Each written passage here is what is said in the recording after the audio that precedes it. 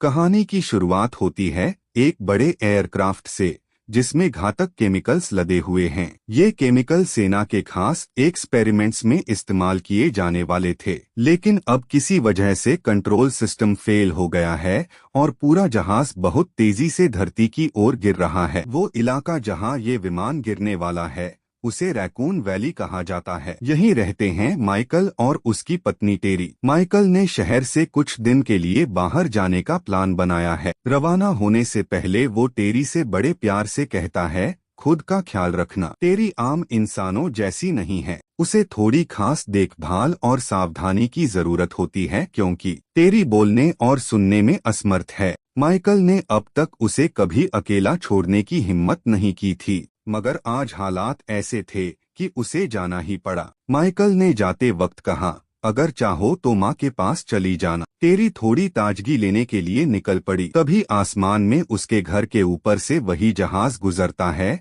जो पहले ही दुर्घटनाग्रस्त हो चुका था। टेरी को इसका अंदाजा नहीं था। रेडियो पर इस क्रैश की चेतावनी दी जा रही थी, मगर वो उसे सुन नहीं सकती थी। विमान के गिरने से उसमें भरे जहरीले केमिकल अब धीरे धीरे हवा में घुलने लगे थे। जैसे ही टेरी अपनी माँ के घर पहुंची, आसमान गहरे काले बादलों से ढका हुआ था। या शायद वो जहरीले रसायनों का धुआं था जो टेरी ने कभी महसूस ही नहीं किया। वहाँ उसकी माँ ने उसे खाना परोसा और साथ में दूध भी दिया। खुद माँ ने भी खाने के साथ पानी पिया। किसी को अंदाजा नहीं था कि इन रसायनों ने पानी को भी जहरीला बना दिया है। खाना खत्म होने के बाद टेरी वापस अपने घर लौट आई। घर के कामों में व्यस्त थी। तभी सोसाइटी से एक इमरजेंसी अलर्ट आया। ये सरकारी संदेश था जिसमें चेतावनी दी जा रही थी कि रैकून वैली में केमिकल प्लांट में हुए विस्फोट के बाद धीरे धीरे संक्रमण फैलने लगा। संक्रमण के संकेतों और लक्षणों के बारे में जानकारी दी गई थी और लोगों को हिदायत दी गई कि जिनमें ये लक्षण नजर आए वे अपने घरों में ही रहें और खुद को दूसरों से अलग कर लें। जो लोग अभी तक संक्रमित नहीं हुए थे उन्हें रैकून के एक विशेष स्कूल में पहुंचने के निर्देश दिए गए जहां उनकी सुरक्षा का प्रबंध किया गया था। जिन लोगों को संक्रमण हो चुका था उन्हें बाकी लोगों से अलग कर दिया गया। इलाज को लेकर कोई आश्वासन नहीं दिया गया क्योंकि इसका कोई इलाज फिलहाल उपलब्ध नहीं था।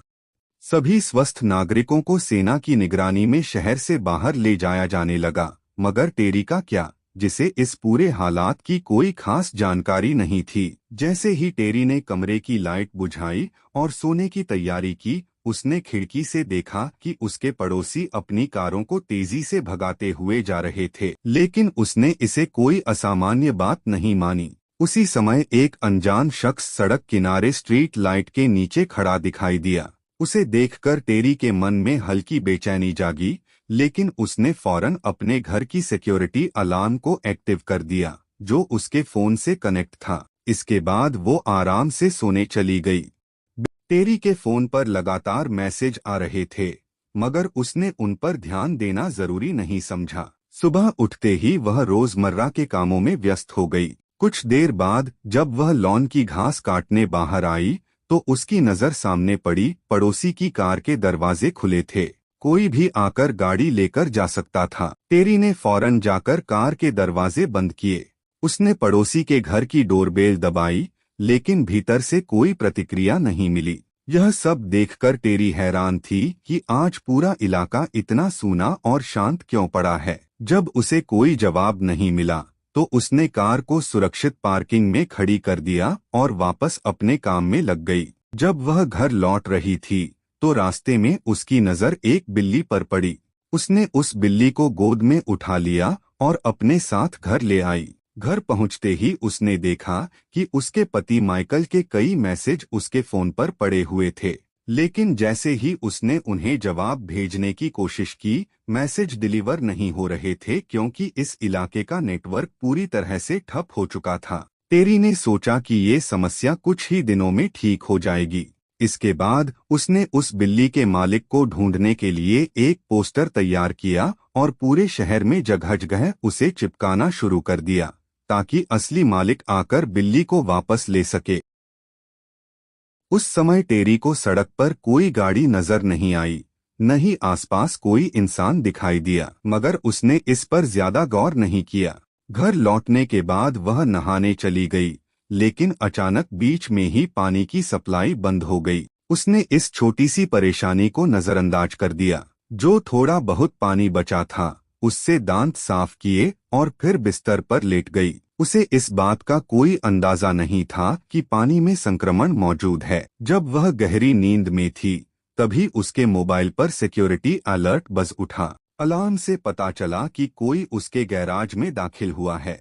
वो तेजी से भागती हुई गैराज तक पहुंची और देखा कि दरवाजा खुला हुआ था, जबकि उसने खुद बंद किया था। ताले में कोई टूटफोड़ नहीं थी, सिर्फ दरवाजा खुला पड़ा था। उसने पुलिस को कॉल करने का सोचा, लेकिन मोबाइल नेटवर्क पूरी तरह से बंद था।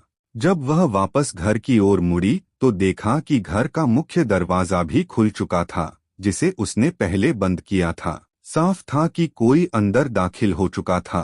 भीतर कदम रखते ही उसने फौरन अपनी गन निकाली। उसी वक्त अचानक बिजली भी चली गई। उसने सिक्योरिटी सिस्टम को दोबारा ऑन किया और जैसे ही वो कमरे में जाकर सोने की तैयारी कर रही थी, तभी उसके मोबाइल पर फिर से सिक्योरिटी अलर्ट बज उठा।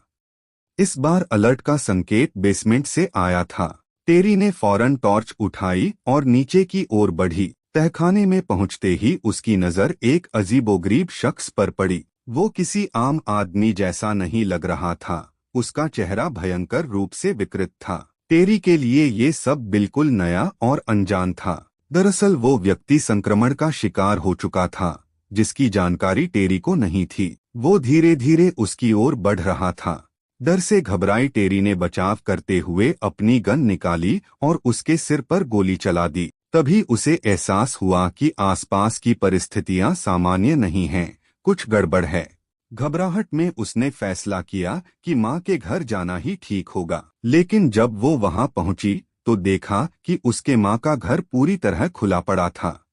टेरी के मन में अजीब सी घबराहट हो रही थी। घर के अंदर जाकर उसने हर कमरे में माँ को ढूंढने की कोशिश की, लेकिन वो कहीं नजर नहीं आई। फिर जब वह बाहर पोर्च पर गई तो देखा कि माँ कार में बैठी थी, मगर अब वो इस दुनिया में नहीं रही थी। माँ ने खुद अपनी जान ले ली थी, क्योंकि वो भी संक्रमण की शिकार हो गई थी। यहीं पर हमें संक्रमित लोगों के बारे में एक और नई बात पता चलती है कि इस संक्रमण के बाद लोग ज़ोंबी जैसे प्राणी में बदल तो जाते हैं, लेकिन उनका दिमाग अभी भी इंसानों की तरह सोचने समझने की क्षमता रखता है, ठीक वैसे ही जैसे पिछली फिल्मों में ज़ोंबी को दिखाया गया था। इस फिल्म में ज़ोंबी आमतौर पर घबराए हुए या बेकाबू नहीं नजर आते। टेरी, जो खुद अंदर से बेहद डरी हुई थी, ने माइकल के पास जाने का मन बनाया, मगर शहर से बाहर निकलने के सभी रास्ते बंद कर दिए गए थे। रैकून वैली को सरकार ने पूरी तरह से लॉकडाउन कर सील कर दिया था। मजबूरी में टेरी फिर से अपने घर लौट आई। घर पहुंचते ही उसने सबसे पहले सभी खिड़कियों और दरवाजों को सावधानी से बंद किया और पूरी रात मोबाइल नेटवर्क की वापसी का इंतजार करती रही ताकि किसी से मदद मांग सके। अगली सुबह उसने तय किया कि अब उसे खुद ही पता लगाना होगा कि आखिर इस शहर में हो क्या रहा है। उसने सोचा शायद टीवी ब्रॉडकास्ट से कुछ सुराग मिल जाए। घर की बिजली सप्लाई पूरी तरह बंद हो चुकी थी। सौभाग्य से टेरी के पास एक जनरेटर था, जिसे उसने फौरन चालू किया। जैसे ही जनरेटर स्टार्ट हुआ, उसने टीवी ऑन कर लिया और खबरें देखनी शुरू कर दी। अब उसे सारी स्थिति का अंदाजा हो गया। रिपोर्ट में बताया गया था कि रैकून वैली में सभी सेवाएं ठप कर दी गई हैं। एक हवाई जहाज के दुर्घटनाग्रस्त होने के चलते जहरीले रसायन फैल गए थे, जिनसे पूरे शहर में संक्रमण ने महामारी का रूप ले लिया था और लोग ज़ॉम्बी जैसे हालात में बदलने लगे थे। प्रशासन ने इस पूरे क्षेत्र को क्वारंटीन कर दिया था। ये संक्रमण संक्रमित व्यक्तियों के संपर्क और दूषित पानी से फैल रहा था। लेकिन रैकून वैली के अधिकांश लोग जमीन के नीचे से निकाले गए पानी का उपयोग करते थे, जो अब भी सुरक्षित माना जा रहा था। अब टेरी को ये समझ आने लगा था कि वो अब तक संक्रमित क्यों नहीं हुई। उसका घर पुराना था और वो भूमिगत पानी का इस्तेमाल कर रही थी, जो फिलहाल सुरक्षित था। फिर टेरी दूरबीन लेकर छत पर गई ताकि पूरे शहर की स्थिति का जायजा ले सके। दूर दूर तक उसे कोई सामान्य इंसान दिखाई नहीं दिया। इक्का दुक्का संक्रमित लोग ही इधर उधर घूमते दिख रहे थे। तभी उसकी नजर एक ड्रोन पर पड़ी जो आसमान में उड़ते हुए रैकून वैली की निगरानी कर रहा था। ये सरकार द्वारा भेजा गया था ताकि हालात पर नजर रखी जा सके। जब टेरी नीचे उतरी तो उसने अपनी पड़ोसी को देखा जो अब पूरी तरह से ज़ॉम्बी में बदल चुकी थी। लेकिन हैरानी की बात ये थी कि पड़ोसी ने उसे देखते ही हमला नहीं किया। ये साफ दिख रहा था कि उसकी मानसिक स्थिति अब भी स्थिर थी। टेरी नीचे आई और एक बार फिर टीवी ऑन किया। चैनल पर रैकून वैली से जुड़ी ताज़ा अपडेट्स चल रही थीं। सभी मुख्य मार्ग सील कर दिए गए थे, लेकिन एक पुराना रास्ता था जिसके बारे में ज्यादातर लोगों को जानकारी नहीं थी और वो फिलहाल खुला हुआ था।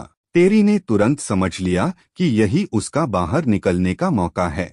उसने देर न करते हुए निकलने की तैयारी शुरू कर दी। जरूरी सामान समेटा और घर में मौजूद बिल्ली को भी खाना दिया ताकि उसके जाने के बाद भी वह भूखी न रहे। उसने अपने लिए एक रास्ता तैयार कर लिया था। अगर उसे यहाँ से निकलना है तो यही मौका है।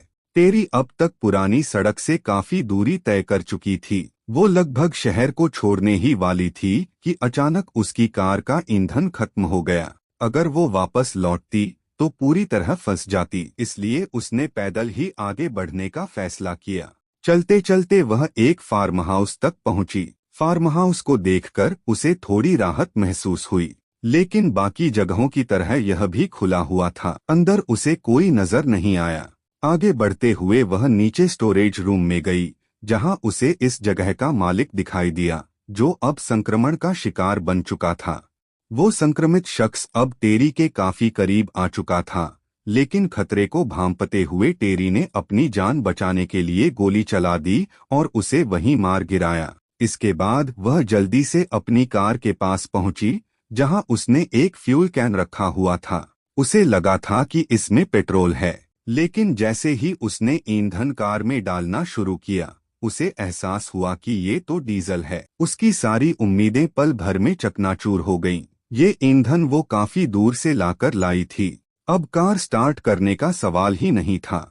मजबूर होकर उसने वापस अपने घर लौटने का फैसला किया। कई घंटों की लंबी और थकाऊ यात्रा के बाद जब वो घर पहुंची तो उसने देखा कि जिसके वहां मौजूद होने की उसे कोई उम्मीद नहीं थी, वही शख्स अब भी उसी जगह बैठा था।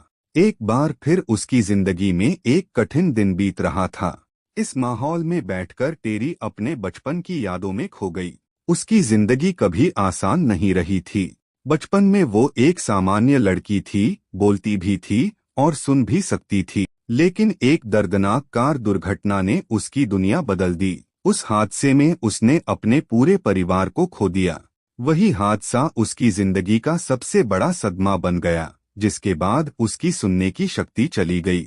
बोलने की क्षमता अब भी थी, मगर उस आघात के बाद उसने खुद से बोलना भी लगभग छोड़ दिया था। इस समय वो पियानो के सामने अकेली बैठी थी।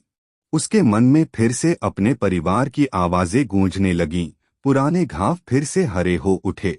वो इस सब में डूबी हुई थी कि तभी उसे टीवी स्क्रीन पर एक और सिक्योरिटी अलर्ट दिखाई दिया।